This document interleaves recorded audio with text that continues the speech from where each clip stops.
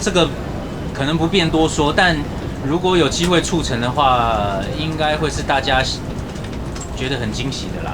对啊5566，超帅的，欢迎3位登场。综合的歌坛，综合的综艺界，5566要唱回台湾。OK， 开车喽，出发！北中南巡回现在开始，欢迎打卡分享，就有机会抽周边商品。滴滴片一点紧张，管世界都在旷野在家。哎，小心小心！下场。好，谢谢。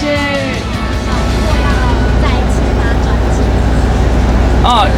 音乐作品的部分的话，因为5566一直以来就是在各方面，我们都希望能够持续跟大家有一个新的作品、新的方式去跟大家见面。所以在音乐作品上面呢，现在呢也正在努力当中，相信未来应该很快就会有新的音乐作品跟大家见面。新加坡有讲到，就是你们好像很感慨说，就是出道这么久以来，好像只有梦泽变帅啊。真的心有那种，当然啊，当然，因为你不用感慨了。其实这个早在我们刚成团的时候，我就一直都跟大家说，这个是潜力股啊，因为我们都说，我们就对啊，我们都说56唯一的一个 idol 就是只有在这里啊，我们其他的真的就只是像现在，然后他都正值最完美的时期，因为孟哲跟我们差了5岁。跟我啦，跟我差了5岁，跟你差更多，所以其实他一直被我们拖累着。对，所以他现在我们觉得状态是非常好的一个状态。怎么样？有点害羞，对不对？就是我觉得每个年纪有每个年纪就是好看的地方。上次不是这样讲，上次台上开玩笑，对，大家开个玩笑，不用这么当真。你还是会有点谦卑的。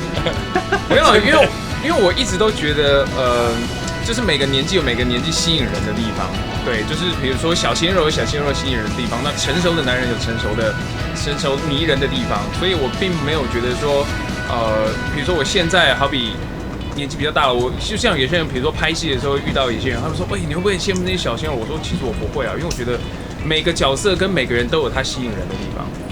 他问你感情方面，感情就不提了，今天演唱会啊，好全谈嘛，要不然写完之后又变别的方向去。没有，我们第一句会帮你写到演唱会。第一句而已啊，第一句写完第一句，你可以整个内容写完，最后一小段再提到这个嘛。好，可以，就一切都好了，大家谢谢关心啊。会请他上去唱。好朋友都会邀请啊，家人都会邀请，但是因为南部就不知道了，就到时候就看看吧。对。